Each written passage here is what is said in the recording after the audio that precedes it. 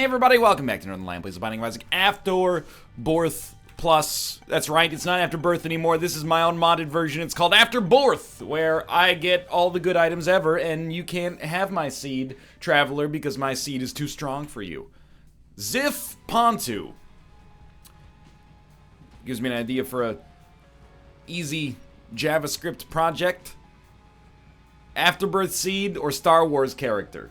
Zif Pontu was from the Forest Moons of Endor.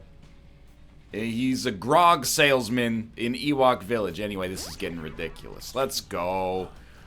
Burning Basement 1, we had like some weird duality of man stuff with our last few Lazarus episodes. Like, I mean, first off, we random Lazarus over and over, which was actually pretty cool for the most part. I had a good time playing as Lazarus. I hope you had a good time watching me play as Lazarus.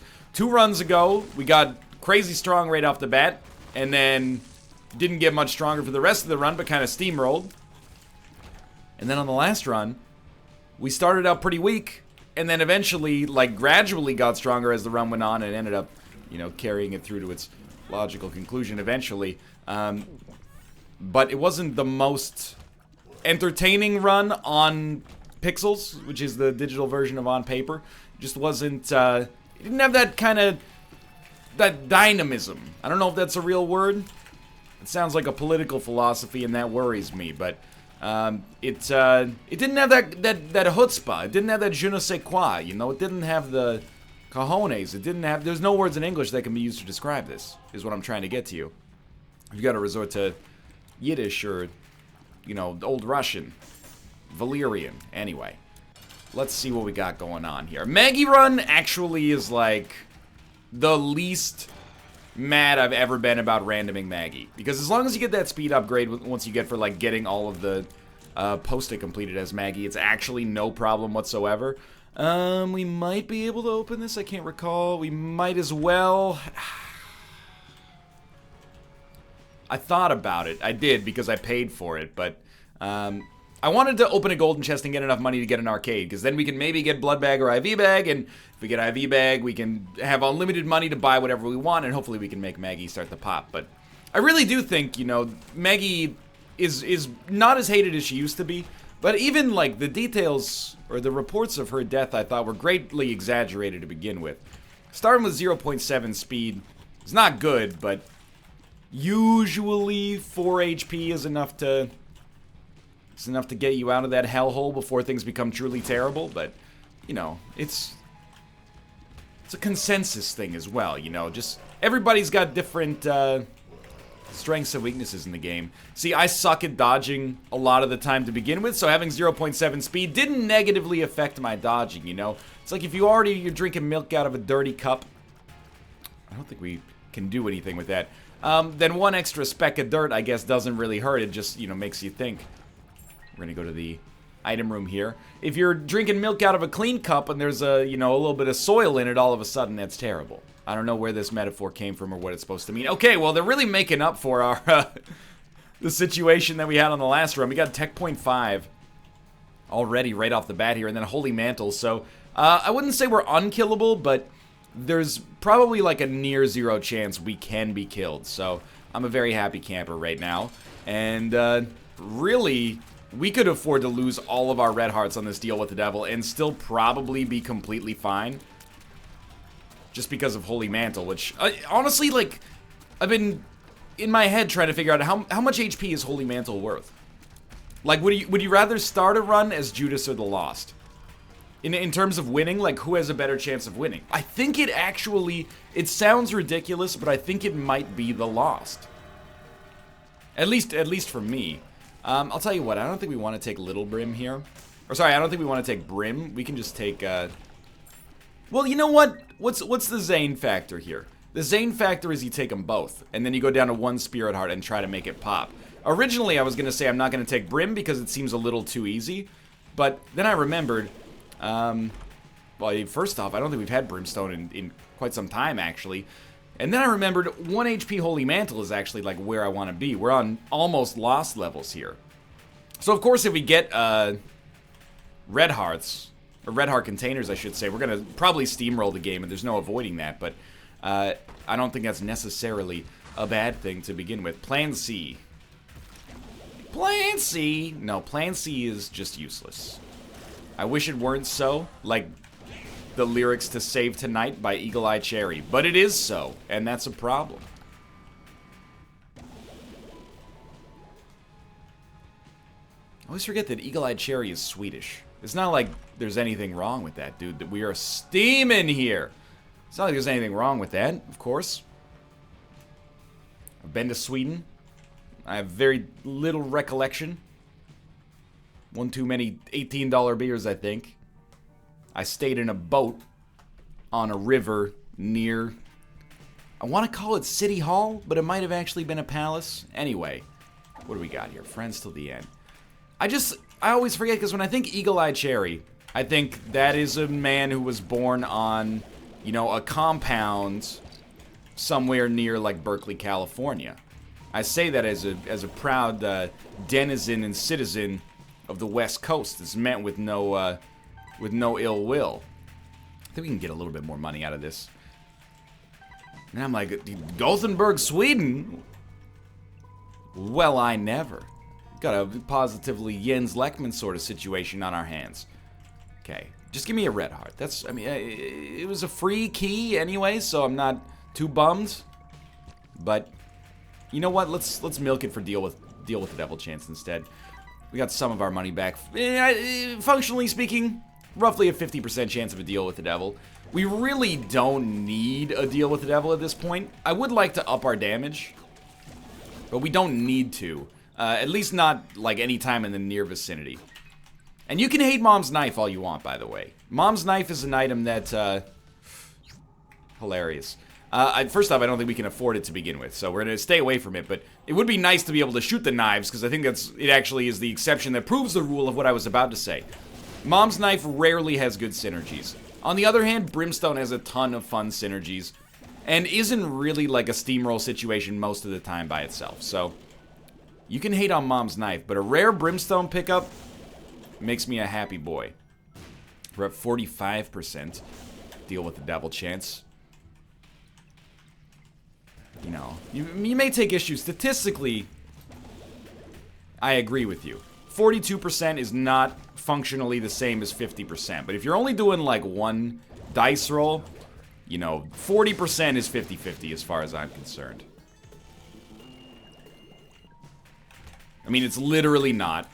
I'm aware of that, but, you know, for a shorthand, it's like the sort of thing where, you know, if we were doing, if we were in the wild somehow and we had to calculate, like, the surface area of a circle, and I was like, well, for pi, I'm just going to use 3.14, and then someone was like, well, but actually, pi is 3.1415947, you know, I kind of lost the plot after a few there, but it's good enough for a back-of-the-napkin calculation. Grab this and grab this.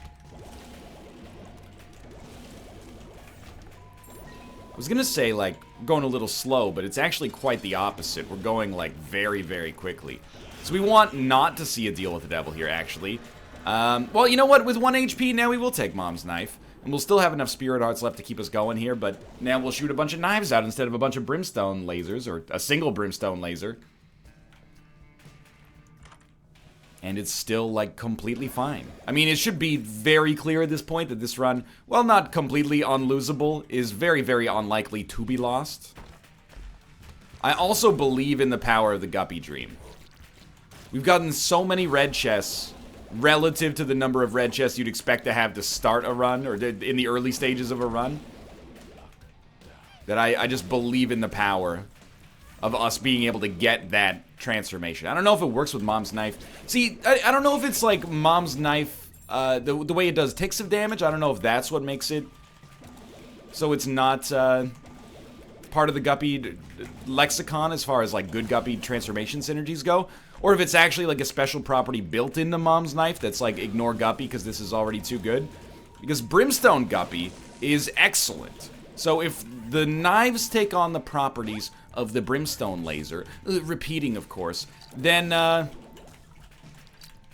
there should be Brimstone synergies here. But to be honest with you, I've probably had Mom's Knife Brimstone Guppy before. I mean, we're getting to the point where we're almost in like Simpsons Did It levels of Isaac play, where whenever I go like, you know, what's going on with this? It's probably already happened once. I've probably already done it and just lost, temporarily lost memory of it, or perhaps even consciousness, who knows. It's a hard life here. Locked in my Isaac prison, recording more Isaac content, and making bad jokes like, I'm so thirsty, you already know. 64 ounces daily of life-giving H2O. Dude, that Fancy is like 2 years old at this point. Actually, Fancy is 3 years old. Is that a 2014 banger? Because I always catch on to songs that are popular and half decent like 6 months after they come out. Like, Kate is trying to modernize my music taste. It's a futile endeavor. I will only ever, for the rest of my life, listen to Contraband, the best of Men at Work, the only perfect album ever created. But she listens to the popular radio station when she's driving. I gotta be honest with you, a lot of it, not really my speed, you know? There's a lot of Shawn Mendes, not really my style. You know, a lot of... I'm trying to think of what else comes on there. You know, Demi Lovato, you know, today's superstar. Cher. No Cher, unfortunately. But every summer, there's like one song that I'm like, this one is kind of grabbed me. And a few years ago, it was Fancy. I was like, this has got like a grimy beat I can sort of respect, even though it's obviously, like, you know, commercialized, which I'm not necessarily against. And then like 2 years ago, was that, oh, I think that I found myself a cheerleader. No deal? I thought we got a deal there. I don't know what it was last summer, to be honest with you, but this summer, it's this one that's, you know, it's a, got the beach house in Miami, something in my jammies.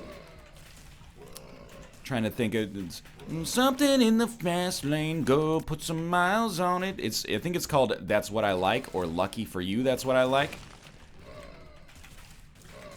And you're gonna say, Enel, that's a bad song. You should be listening to the new Kendrick album. Well, I have it on my unlimited Google Play music subscription service. Not a sponsored video. But hey, you do get that if you get YouTube Red as well. I don't have a YouTube Red official series sponsored by YouTube because, well, I pitched them. I was like, what if you just sponsored me playing The Binding of Isaac? And they said, I don't understand what you do. And I said, to be honest with you, me neither. And, you know, talks are at a standstill right now, but maybe one day. But I have not listened to it yet. The most recent full album I listened to was To Pimp a Butterfly 2 years ago. 2.5, I guess, at this point. I'm not bragging about it, I'm just saying, you know. Lucky for you, that's what I like. It is.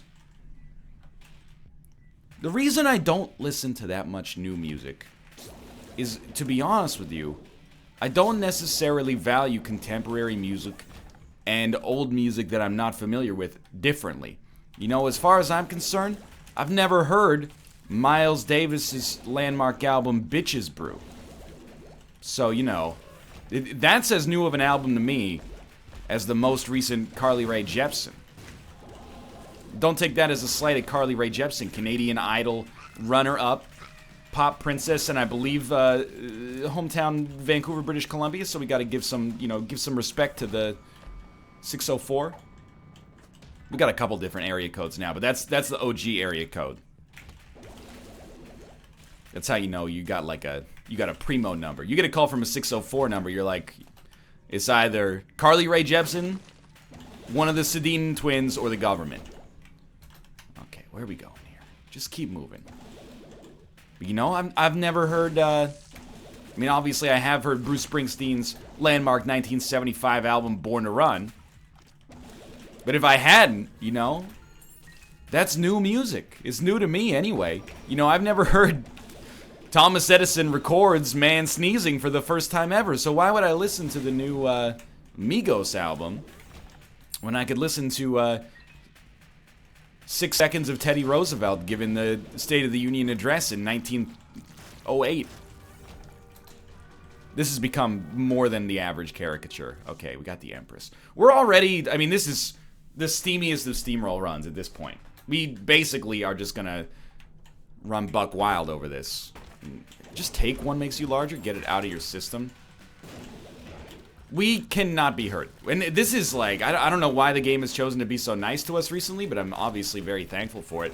We may want to do Boss Rush, because we're going to make it to Boss Rush by like 15 minutes. That's rare.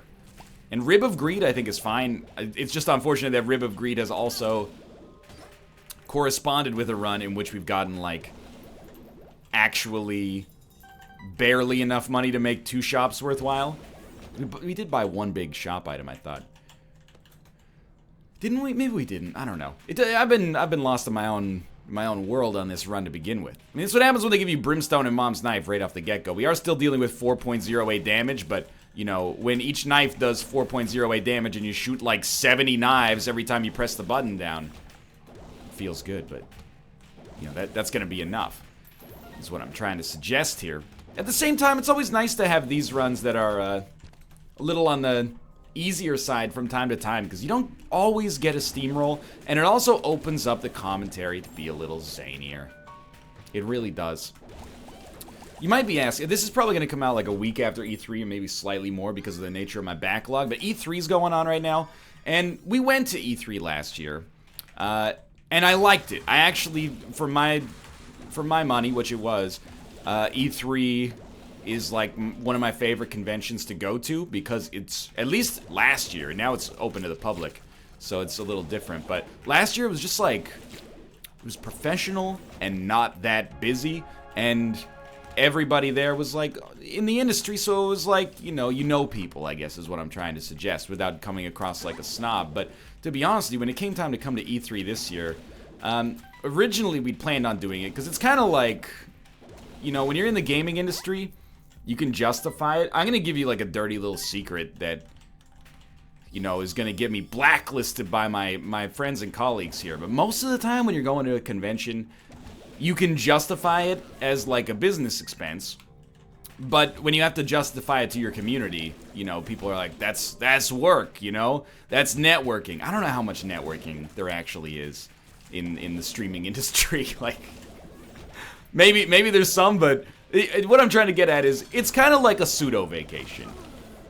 It's like, I like video games, so I'm gonna go do this semi-work related thing to video games, but also it's let's be honest, it's sort of a vacation. Not that you don't do some work there, but like, you know, I've been down that cycle a few times. You know, you go see appointments for like, you know, all these games, and then when they come out, you're like, I played that at E3, I don't really want to play it now. It's just, it sold me in the other direction, but... Ooh, dude, what if we go straw here? Give it a shot. But anyway, I ultimately, I put the kibosh on E3 this year, because I just want to... I realized, like, I don't care about the gaming industry. Like, I care about games, but I don't care about... Like, I just watched, like, 30 minutes of the EA press conference, and this is not me trying to be a hipster, but they played, like, a bunch of Star Wars Battlefront 2. And to thine own self be true. I looked at it and I was like, that game actually looks good. From a visual standpoint and from a gameplay standpoint, it looks beautiful and engaging. But I was like, man, I didn't need to spend $1,100 on a round-trip flight to LA to see that. I've been playing the same game for 3,000 runs here on YouTube. And honestly, that's where I'm happiest. Like, I was thinking, what would I want to see at the E3 press conference that would make me, like, the happiest boy in the world? Sincerely, it would be, hey, all of our sports games are gonna be on PC now. That would be the one where I'd be like, dude, you guys won E3, congrats. Now I can lead Bo Horvat to the Conn Smythe Trophy, because I mean, we're probably never gonna see that in real life in all likelihood, but, you know, a man can dream. But yeah, like, I think I've accepted that, and this is not a negative, I mean it as a positive. You know, most of the time, my time is better spent, making videos and streaming, doing what I like, as opposed to like, well, what does this mean for the industry? And I don't begrudge anybody that takes that approach, but I think I'm more accept the role that I'm a guy who likes video games but doesn't really care where the industry goes, which is why, you know, on Roundtable, I'm always the guy who's like, well, what does this mean for the industry? And I'm like, I don't know, but I think this particular thing is good or bad. Doesn't it set a bad precedent? I got no idea, man. There's fat cats in the suits writing the checks that are deciding that stuff. I'm just here to support it or decry it, you know? I will occasionally take a stand, I guess, but no one's more surprised than me that my recent pet cause on the Roundtable podcast is defending the Nintendo Switch, a console that, you know, when I watched the reveal of it, I said, I don't understand this. Is this like a phone with a joystick attached to it? And then we got one, and for the first like week and a half, I was like, I don't get it. Is this like a phone? Like I don't really want to play Zelda right now, and we have 1-2 Switch, but it's pretty terrible. What do I do with it? And then Mario Kart 8 came out, and I was like, I totally understand this device and want nothing more than to spend every waking hour with it. So I don't know, I just kind of play it as it comes, but yeah, that's why I'm not at E3. I also feel like, you know, as I get older, I value times. I know this is antithetical to say in a young person's game, and I am still a young person on like a cosmic sense, at least. Value like time spent with my family more, you know? I only see my parents a couple to a few times a year. They live across the country. And I was faced with the choice, you know. I want to spend a week at E3, like, making tweets about what is the, Project Scorpio, what does this mean for the Xbox One? You know, I don't really care for the most part. I got one and it plays Game of Thrones okay sometimes. Or I could, like, go hang out with the people who gave birth to me and whose company I genuinely enjoy, you know, as a peer for, like, some of the first times in my life instead of simply, like, a caretaker and person taken care of sort of relationship. So, you know, if we're gonna, I don't want to do both because I gotta do my job. I'd rather spend time with my family, man. Enel, you're getting old, man. Old Enel would have spent time tweeting about the Hovis method in the microprocessor from the Xbox One instead of spending time with his life giver. That's satire. I don't think anybody actually thinks that. I'm pulling back the veil on what is effectively like the easiest run I've ever seen in my adult life here.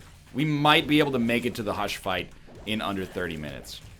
I don't begrudge anybody. If anything, I feel like I wouldn't say in the wrong, but in the minority on E3. People that are not even in the gaming industry are like, hey, come check out my Twitch channel.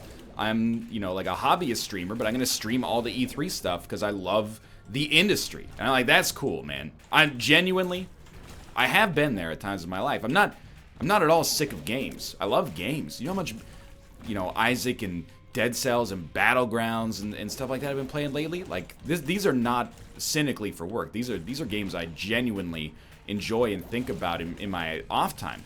Even Heroes of the Storm, I've been enjoying a MOBA. I sort of am at a point where I don't care about the industry. I care about the art more than the, you know, the commerce aspect, I suppose. And it's a very, we're gonna take two Wheel of Fortunes.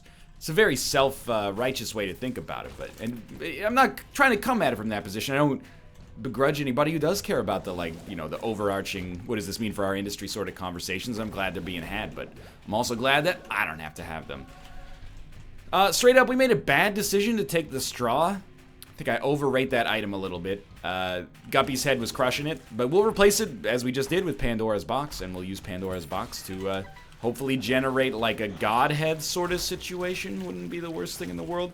We've only got a 33% chance of a deal with the devil, so Blood Bag doesn't really... Oh, well, never mind. I will definitely take it. Because I took the Eternal Heart and have ruined permanent Polaroid invincibility either way, so... But I mean, let's be honest. We don't need anything on this run. We could get, like, almost every bad item in the game and still be completely fine. So, this is going to be a win. The random streak, it rings a little hollow because we haven't had any, well, it's not good damage, obviously. We haven't had any lost runs. We haven't had any keeper runs, but I think I'm well positioned to enjoy some of those. I actually got hit. I actually got hit twice. It's like a new world. Alright, well, I gotta close this up here. It's people talking about E3. I feel like I'm sitting at a different table now. Alright, let's fight Hush. We're so early, like... It wouldn't feel right for me to not fight Hush. It wouldn't feel right for me to not fight an optional boss on this strong run. And although I find the boss quite loathsome, perhaps this time it will be fun. I'm still searching for a transformation. Can I please see the guppy animation?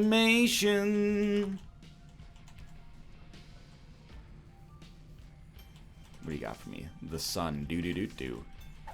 X-Lax. Alright, well, you know what? We'll donate a bunch of money. This turned out to be largely a pitiful waste, but, hey, 950 cents in the donation machine. We're finally coming back here.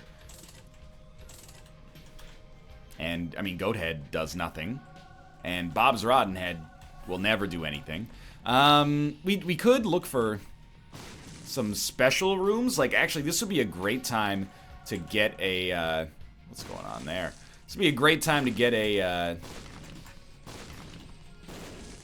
black market.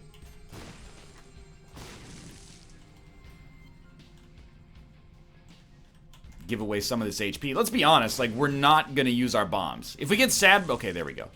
If we get sad bombs, I'll be disappointed. I mean, it's fine.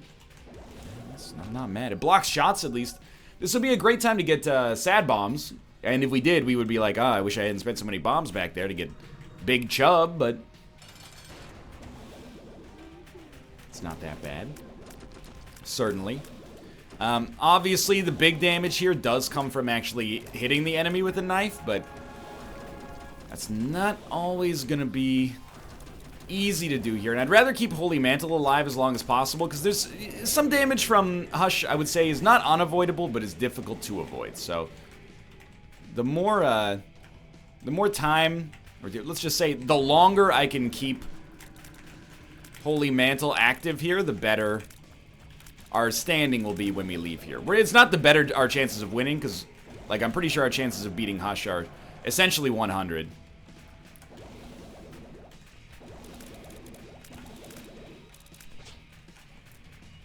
But the better position will be as things progress here. So there goes Holy Mantle. That was not the way I wanted to lose that. Usually that's flies, exactly. So yeah, that's how I feel about E3. And you might say, NL, what about PAX? PAX is different. PAX, I've settled into a groove with PAX. For one, we don't go to out of our, like, area PAXs that much anymore, because of the fact that, like, it's expensive to go there, for one. But two, like, I wasn't getting much value out of it. You know, you shake hands with developers, and you play some stuff, and maybe, like, one game of PAX, you go, I never would have heard about this were it not for a PAX. And now, like, this looks really cool, let's play it on the show. That does happen, but it's, you know, the juice to some extent isn't worth the squeeze, just financially speaking. But now, when we go to PAX, we go to the PAX West in Seattle, because it's a 3-hour drive away, and again, it's like a nice vacation for us, but it's also, like, because that show is so, like, gamer-focused, it's a good opportunity for us to meet fans, basically, and, you know, to have conversations with fans, and, I think that's, like, the cool part of PAX. For us now. It used to be. Definitely, like, the first time I went to PAX with a media badge, I was like, I can do anything. I can... Get out of here! Don't you see the little yellow tag on my badge? I can skip the line. I could sell 4 copies of this game if people really like it. Where are we going here? Just go up to the cathedral. But yeah, now it's sometimes, like, it gets awkward. I'm tripping over myself to make myself sound like a nice guy here to some extent, but, you know, sometimes developers, they'll see that there's different kinds of badges you can have at PAX. You can have, like, a media badge, which implies that you work in the media. You can have a regular badge. You can have an exhibitor badge, which is like you're exhibiting something at the show, in case that's not abundantly clear. And, you know, sometimes developers will see the media badge and they'll be like, you know, do you want to skip the line? And previously, it was like, hell yeah. You know, I understand if you work at, like, IGN or something like that, and you're like, I'm going to see 40 games today. This would be very helpful for me, and could also help you as well. But now I'm like, nah, man, these people, you know, they paid, like, 100, sometimes more than $100 to get in the door, you know, paid for flights, hotels, stuff like that. And I can wait in line with everybody else, you know. I'm okay with that. I don't want to skip the line. Most of the time. There will be someone in the comments who's like, I saw Enel at... I don't know why I use that voice. Because I disagree with them, I guess. But I saw Enel at PAX in 2014 and he skipped a line and cost me my chance to play Nidhogg. Look, if that actually happened, I'm sorry. But I am skeptical. I don't remember that specific situation. I don't believe I ever played Nidhogg at PAX. I did play Nidhogg 2 at PAX.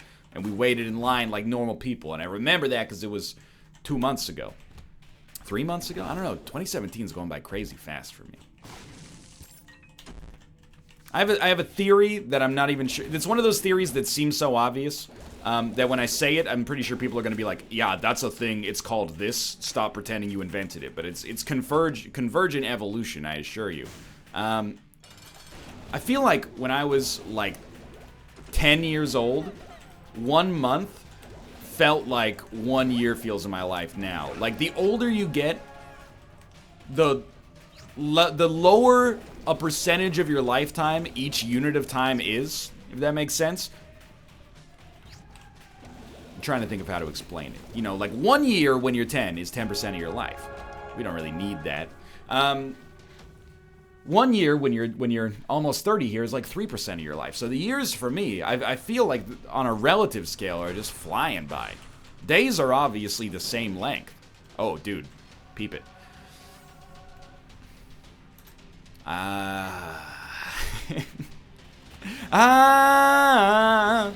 Picture yourself with the dad's penny gambit. You've got to the chest within 30 mins.